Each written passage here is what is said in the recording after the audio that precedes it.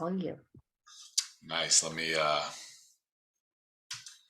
get to my share button here.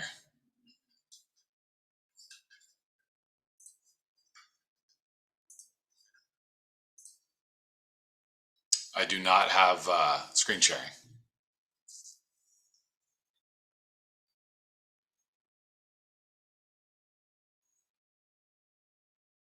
Try now. Perfect.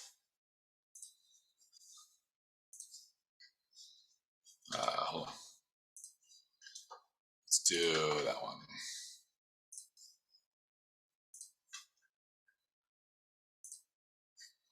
All right. How's that look? Does that look good? Yes, sir. Thank you, Travis. What's up, everybody? Welcome to the Winter of Computer Science Week, offered in conjunction with Alameda County Office of Education and Contra Costa County Office. That's like 1,000 schools. It's like 300,000 kids or something. This is super exciting to have this kind of opportunity to reach out to all the schools, teachers, kids, parents in these two counties, these amazing counties. And we're here to talk about LEGO Education. Our mission at LEGO Education is to inspire and develop the builders of tomorrow, enabling every student to succeed. And we do a lot of computer science, and we're really passionate about it. And I'd love to take a second and talk a little bit about what we do. A little bit about me. So I am a LEGO Education key account manager here in Northern California. I am the world's best dad. Sorry if there's other dads out there. And I'm a 20+ year educator here in the East Bay. I taught high school math. I was an elementary school principal in Castro Valley and in Alameda. And now I work for LEGO, which is awesome. And this picture is the day that I received all of my kits in the mail. And from then it's just been, playing with LEGO and getting more kids and schools to use our products. And it's really been super fun. So I'm on Twitter at Jesse C. Woodward. If anybody wants to participate, that would be great. I have my contact info at the end of the presentation, and you can grab it there if you want to follow up with me after this is all over. A little bit about the LEGO Group, the larger LEGO Group, of which LEGO Education is a small part.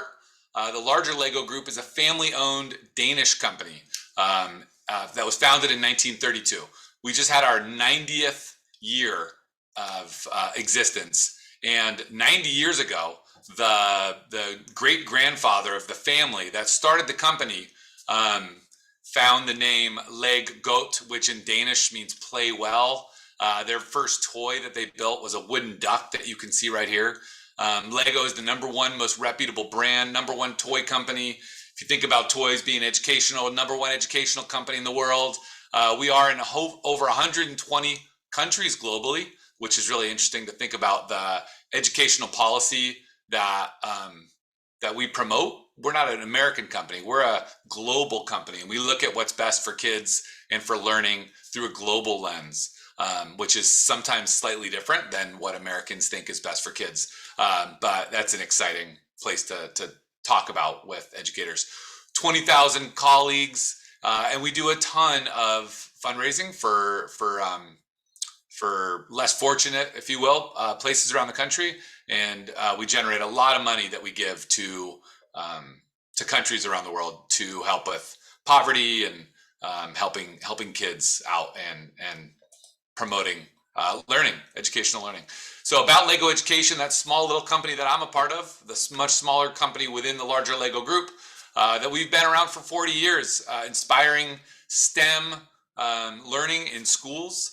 I like to think about a lot of your schools do science. They all do science and math. Some of them now, post-COVID, do technology, hopefully pretty well. But a lot of places don't do engineering. And so what are the ways that you're engaging, if you're a 5th grade student, talking to Travis, if you're out there, how are you learning engineering practices, design thinking? LEGO, it turns out, is a great place for building up some of those skills. We are built on the Lego group system for playful learning, combined with curriculum that's really relevant material that teachers can use in classrooms. And again, our aim is to enable every student to succeed in education. And it's really fun to work with schools on that. So our mission, I already read this, to inspire and develop the builders of tomorrow, enabling every student to succeed. Question we could pose out there, Kristen, would be, what is it that we are helping people build? What do you guys think when we talk about the builders of tomorrow? What is it that we think you're gonna build? Interesting. A World War I tank. Okay, cool. Yeah. Cars, right? It could be something as simple as actually just building a car or a tank or a build that you can see behind me. I've got a bunch of them. But what about coding, right? Building lines of code or building society as a bigger concept, building collaborative and cooperative groups, people that can communicate to each other. So really proud to be with this, enabling every student to succeed clearly. And so this is a fun slide to talk about, especially with our adults that may be here joining us, that you don't stop playing because you get old. You get old because you stop playing. And so we really promote that Lego education is great for not just the kids in schools, but also the teachers and the principals. I was one, and we ran a Lego club at our school, and we had a blast. And it was really fun for not only the kids, but for the adults too. And so we want to keep that youthful, playful experience fun. We think school should be fun. I know, it's crazy. Fun little video here about the power of play.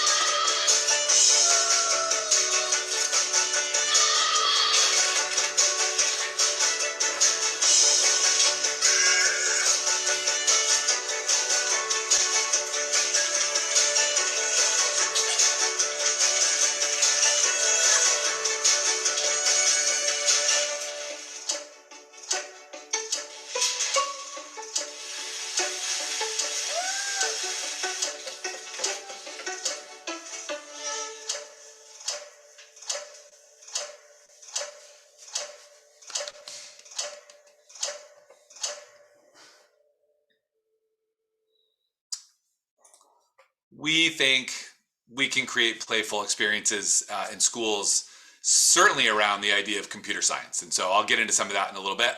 But first, we're going to do a little build, because that's the first thing everyone thinks of when you think Lego is building, connecting. And for the adults, again, the kids know this, but that your hands know more, a lot more than you think that they know. And as you get into these builds, you will remember certain things about maybe your childhood, or sort of similarly how smells can make you think of a different time in your life. I find this, at least, that when I'm building, I connect to a different part of myself. And so, we like to say hands-on, minds-on learning, that we think that the best kind of learning happens when people are engaged with their hands in some kind of a kinesthetic activity. And so we're going to engage in a little bit of building here. And so in the bags that you all should have, hopefully you guys got bags. Hold on a second, I gotta grab mine.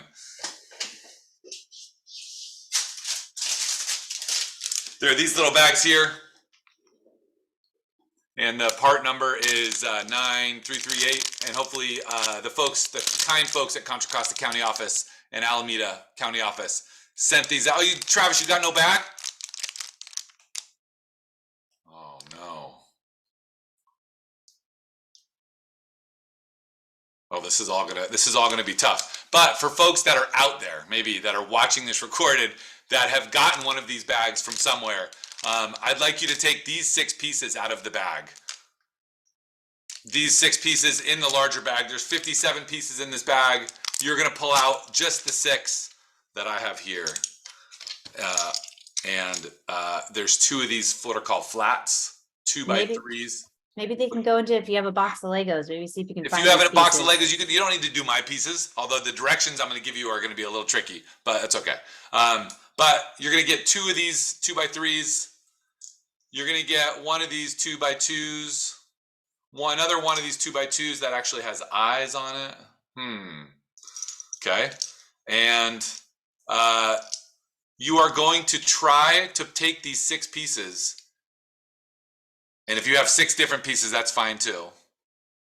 And you're going to try and build the first toy that the Lego family made 90 years ago, which is a duck. And so I'd like you to take 1 minute and build a duck for me. Go.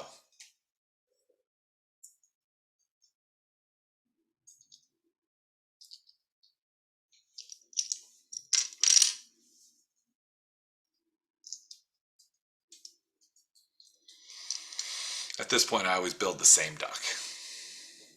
And sometimes it's hard for me to think differently about my duck. But I'm going to try and build a different one here, just for you guys.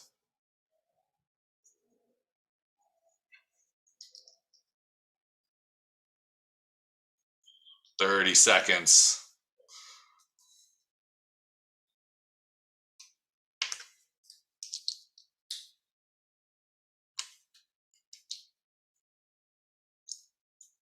"15 seconds.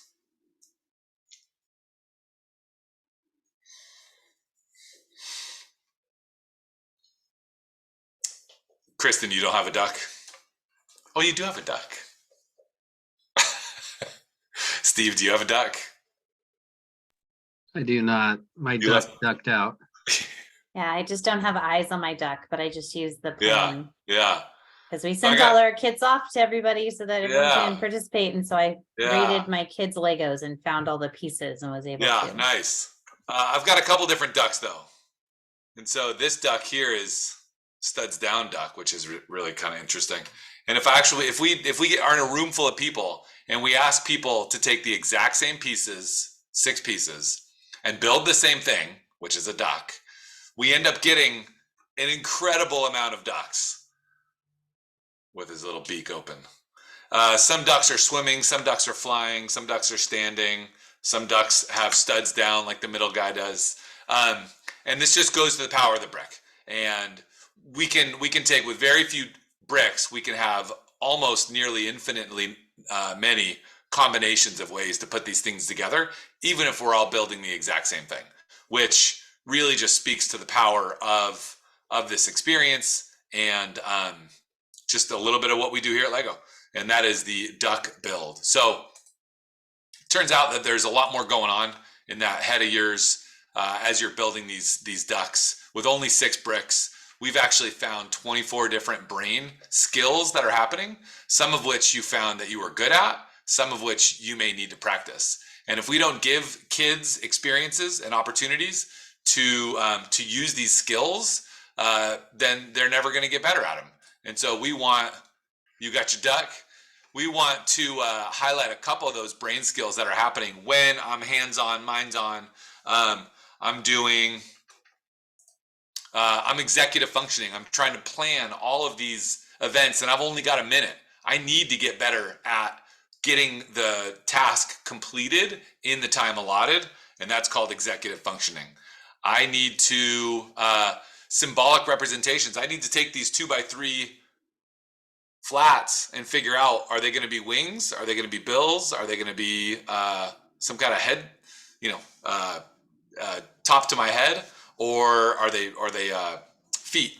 And I need to spatially figure out, what do I need? Which way should this 2x4 brick be oriented, and so that it looks like a duck? I started to feel my own emotion get high. As I started to present this webinar, I got a little nervous, and so I needed to use some self-regulation skills to calm myself down.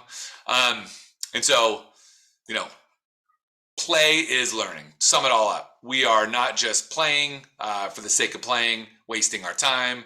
We are doing all of these things in this experience that we call purposefully playful learning. And Looks like Travis is trying to share that his duck looks like an airplane. And I think that's why, is that why you raised your hand? I think, Travis. So looks like he was trying to share what his looks like. Perfect. Does anyone have any other ideas, or did they see their duck in the picture when they made a duck, if you're able to? I'm curious.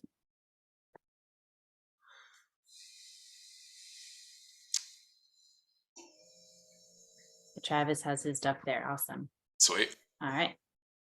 Okay, so Lego education blends this really exciting, creative and unique ways to play with bricks and create really innovative things. And so we just had an example of that with our duck build. But Lego education takes that and blends it with a whole computer science program, which is sort of why I'm here today. And so I wanted to do a little talk about how we support computer science education in schools all across the country. And so I just found this definition of coding. So what is coding? I don't know, Kristen, you want to read my definition? Are you here to help? Sure. Coding is the process of transforming ideas, solutions, and instructions into the language that the computer can understand. That is binary machine code. Coding is how humans are able to talk with computers. I sort of like that last part of it, right? Coding is how humans are able to talk with computers. And so I'll show you some coding in a little bit.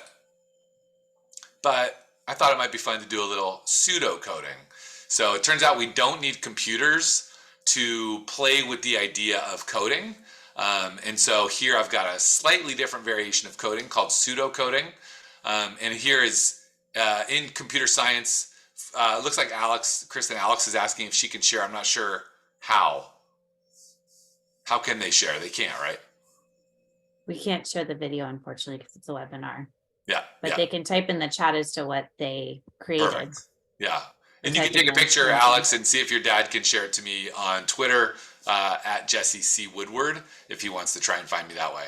But pseudocoding, in computer science, pseudocode is a plain language, and actually Travis said this, like a language, plain language description of the steps in an algorithm or in another system.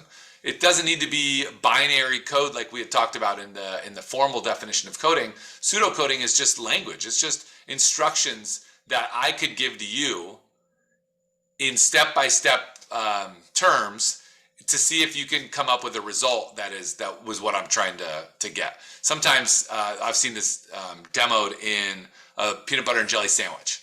So if I ask you all for directions on how to make a peanut butter and jelly sandwich, and then I take your directions and I do exactly what you said, will I make a peanut butter and jelly sandwich, or will I end up with peanut butter and jelly all over my face and in my hair? And so it turns out that pseudocoding is a good way to practice getting the initial intro into this idea of computer science. So it's just a plain language description. And so I have that bag I gave you, supposedly, has some pieces in it that I'm going to then describe to you. And what I want you to do is try and build the thing that I've designed through pseudocoding. So if you don't have a bag, grab a box of Legos and see if you can find what he's describing. Yeah, I don't know. You just, unless people are watching this that are recorded and they actually have the bag. So I'm going to do it for you all too. And so you all are going to be my computers, and we're going to see how we do. And so first of all, I thought maybe we could just do it verbally. And I've got it written down here later, a little bit more formally, but I wanted to just see if I could just do it verbally. And so if I could just tell you what to make and see if you made the thing that I'm looking at right now, because that's the goal, is to make the exact thing that I have here. And so if you have, so I'm just going to try. And so I'm going to, take a green piece and put another brick on top of it, and then take another piece and put it on top of that, and attach the gears and make a tree, and I guess that's it.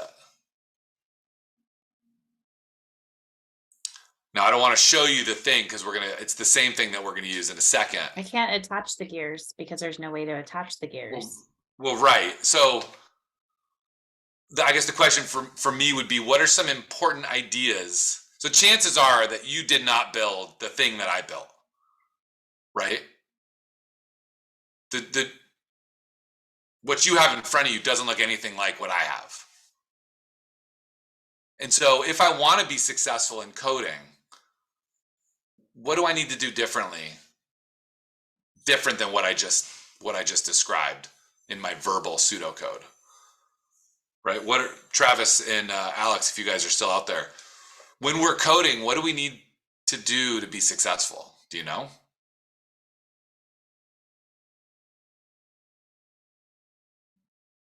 There's a few more friends who joined as well. So anyone? Yes, Travis knows. Travis knows what he needs to do to be successful in coding.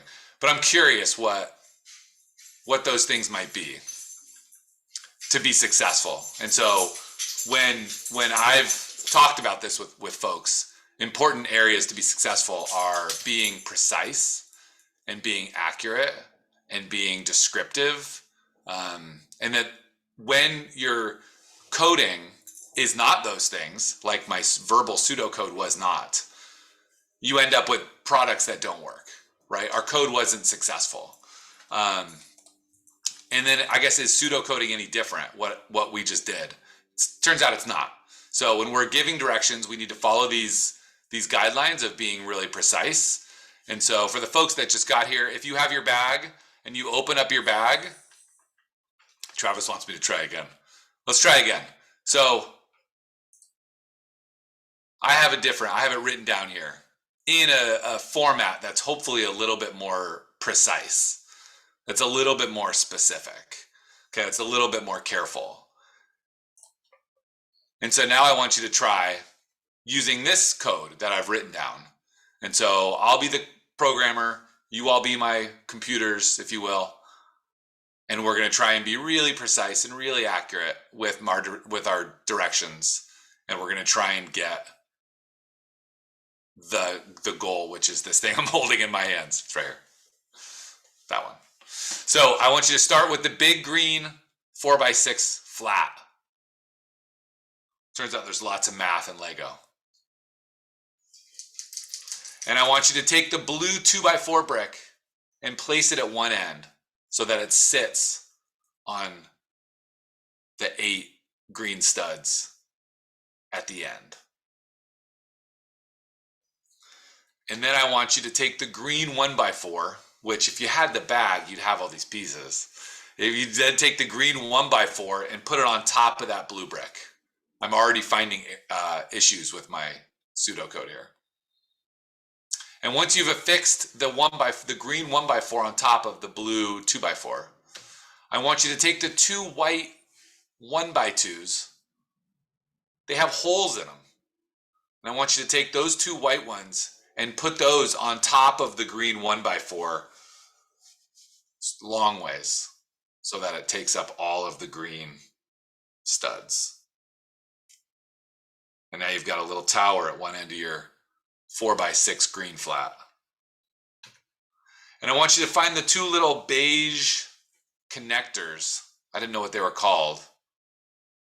If you have this bag, you'll know what I'm talking about because they click into the white hole, the holes in the white pieces. And once you find those 2 little connectors and you've got them sort of plugged into those 2 holes in the white pieces,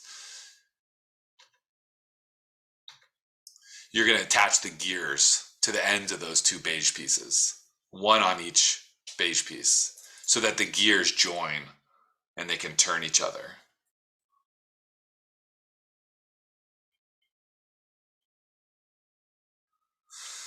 And so now I'm coding. I'm creating something out there in space, and I get to see how well I did here in a second. Find the blue crystal. Put that up on top of the white bricks anywhere. So there will be a little difference, but that's okay. And then I wanted you to build a tree and attach it to the green 4x6 base.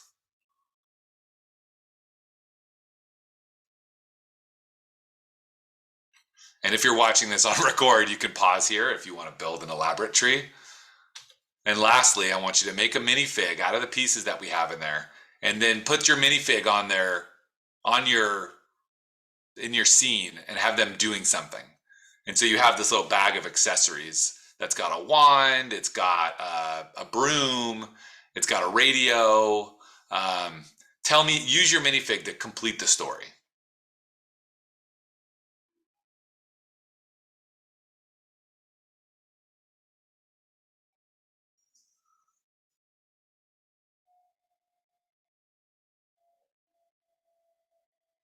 And so if I've turned all those instructions into a long single page, that would be lines of code that are directing. I am using those to direct you all to solve a problem. In this case, it's to make this. So my question to you would be, what is your minifig doing? What is the story that you just built? Look at it. Try and figure out what's going on.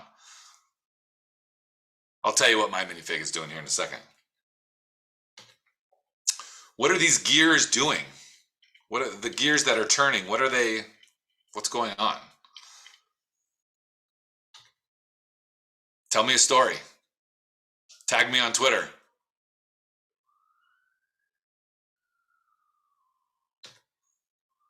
Okay, so here's my model.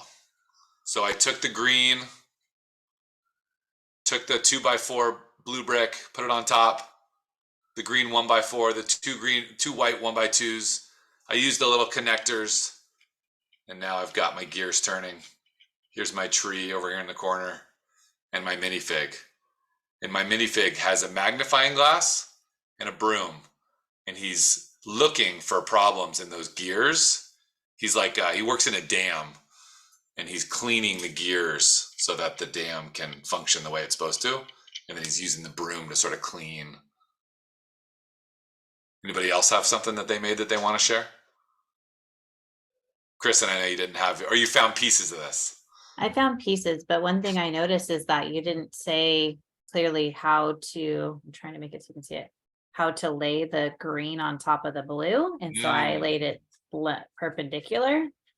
And so it doesn't look the same as yours because it's laid differently. Yeah. But I didn't have some of the gears and yeah.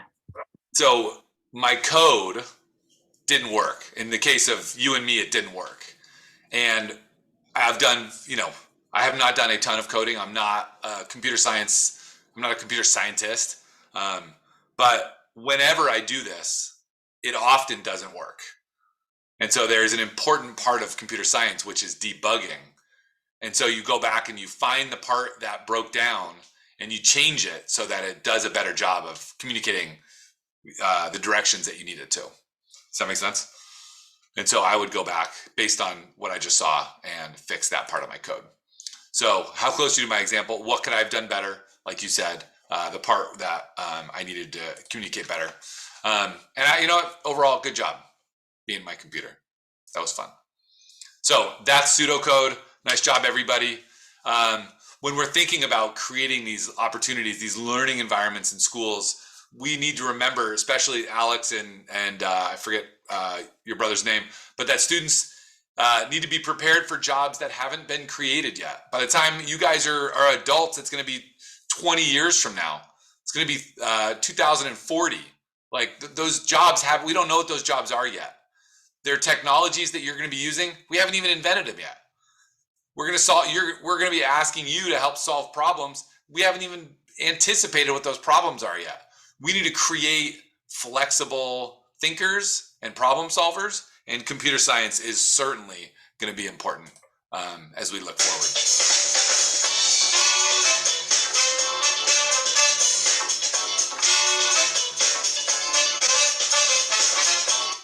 Wow, that video is jazzy. But this is a little rundown of summary of the Lego Education learning system. I wish I could turn the volume down on this a little. I'm not sure I can. So I hope it's not too loud.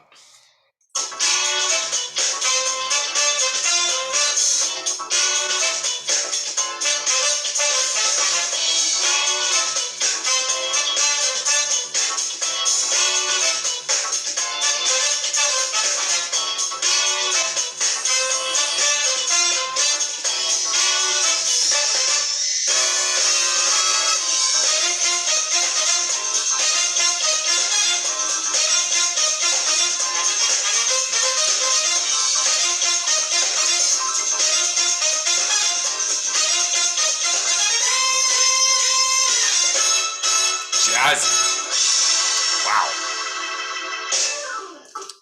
Got it. What you saw there was elements of our Lego learning system that teachers, all teachers can use through elementary school and middle school to create these experiences that we call purposefully playful learning experiences. We've talked about them earlier in this session. These 5 characteristics of the learning that's going to be happening in these classrooms, that the learning is meaningful, it's joyful, socially interactive, actively engaging, and iterative. That many of you are still maybe building your ducks and you're making changes to your ducks.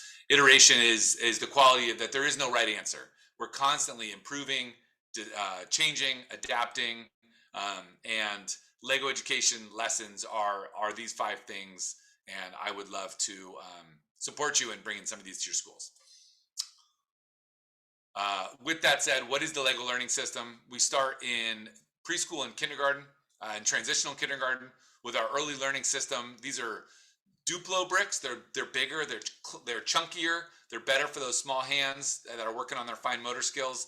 And there's a ton of early computer science, storytelling, physics, gears, ramps, all kinds of ways to explore certainly social emotional learning in the early learning kits that we have. We move into our Lego Education Spike Essential, which really is the most of what I'm talking about with schools right now. This is our robotics and computer science enabled computer problem solving kits. We build all kinds of different things. I've got an example of one right here in front of me. I'll show you in a second. We move into our elementary school physics and science kits. These look at force and motion with Lego builds and pieces that you're familiar with, and just a ton of fun, and make learning really exciting, hands-on, minds-on. Moving into middle school, we've got our middle school robotics kits, which are used in school and computer science classrooms, culminating with a full Python programming language course that kids would leave fully proficient, I guess, in the introduction to Python. And that's really wild to think about for 7th and 8th graders coming out that familiar. And then we also have our science and STEM, forces in motion, brick Q motion prime. So that's middle school kits. The first is our elementary kits, and I'm going to show you an example of how the curriculum, these are all really supporting our teachers, in all teachers, not just the computer science teachers, but teachers that may be afraid to bring in computer science into their school and their classrooms. These lessons are awesome, and I can guarantee you that your kids will love the learning that happens in these units. The bricks, as they change from elementary school all the way up into that upper secondary middle school program, you'll notice that they start sort of simple, and then they move up into those Technic bricks that you all are used to if you've done some serious Lego building. Looking at our coding languages, they start in elementary school with some of that symbol-based coding that you all are familiar with through Scratch or Scratch Junior. The difference here is that you're going to be coding something that's right there in front of you. This is the same people that designed Scratch through MIT. The main guy there is named Mitch Resnick. He helped us build our computer language platforms also. And so you'll notice a lot of similarities, drag and drop, starting in 1st and 2nd grade with symbol-based coding like you see here, moving into the word-based coding, finishing in middle school with our Python programming language. The sensors and motors get more and more complicated as you move up through that, the Lego learning system all the way up into middle school. And then we've got a lot of professional development to help all those teachers who may be a little bit nervous about doing computer science in their third grade classroom. So with that said, I'd like to show you just a little bit, 5 minutes of one of our lessons from the Spike Essential Kit. And so I've got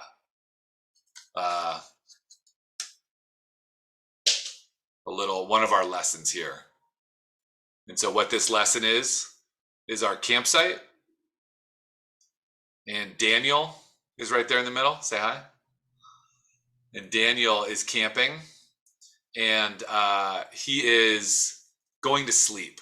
And there's some animals that are going to come around in his campsite that are nocturnal. And we've got a full moon out, so there's enough light. But Daniel wants to see and be notified when these certain kinds of animals come by, because he might not see them because it's dark out. And so when the animal comes by, he wants the alarm, the color alarm up here, to turn colors. And so if it's working, I'm not actually sure if this is going to work, but when it comes by, okay, I gotta escape out of here. Hold on.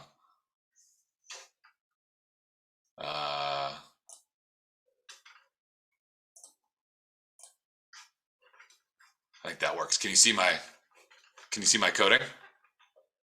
Nice. So this is the Lego Education Spike platform for coding, and let's see if I can get that out of the way. And I am going to stop and play, and hopefully my code will. No, I had this all set. Promise you. Anyway, what this code says is that if the color sensor sees blue, then it did work. Turn the light green.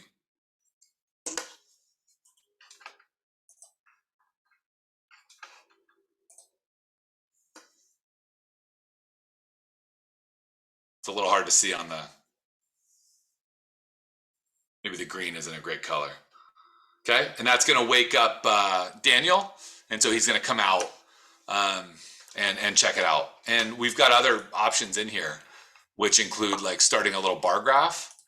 And so every time we see the blue animal, turn the green flashing light, and now we can start to keep track of how many times the blue monster came by. Notice it doesn't register until after the light is done blinking, because it's here at the end of the sequence of code. I've got some parallel codes here though. So I've got another one here that says if it sees yellow, let's do kind of a fancy color. And so I've got my duck from earlier. Now let's see if he sees the duck. It's the colors are a little bit, they're washing out a little bit, but I can promise you that that is working well. And then I did another one, which was going to be interesting, is if I see red, turn the motor. And so maybe red is like the scary monster. And so if red, then maybe I need some kind of a cover to then, like a door to come over and block him down. But there's no right answer. You're never done. That's a Lego education philosophy, that we're going to iterate these lessons. And so I can do all kinds of stuff. I can play music.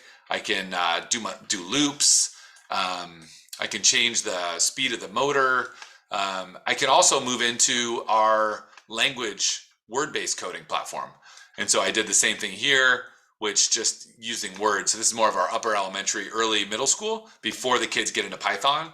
And so we've got all kinds of different blocks in here that we can use to really do some exciting things with computer science. And so this same code says, if you see blue, then turn the light green. And so I just wanted to show you that this is an example that we can do in this too. So with all that said, I mean, I'd love to get into more of this. We've got just a ton of really cool computer science opportunities for kids and teachers. And I am going to go back to my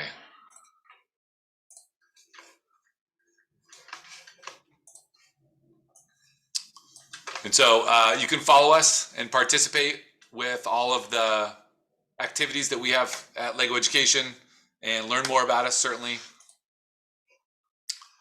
And there's my contact info.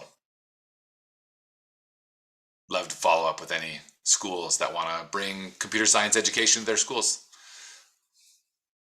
My name's Jesse. Thank you. Kristen, any questions?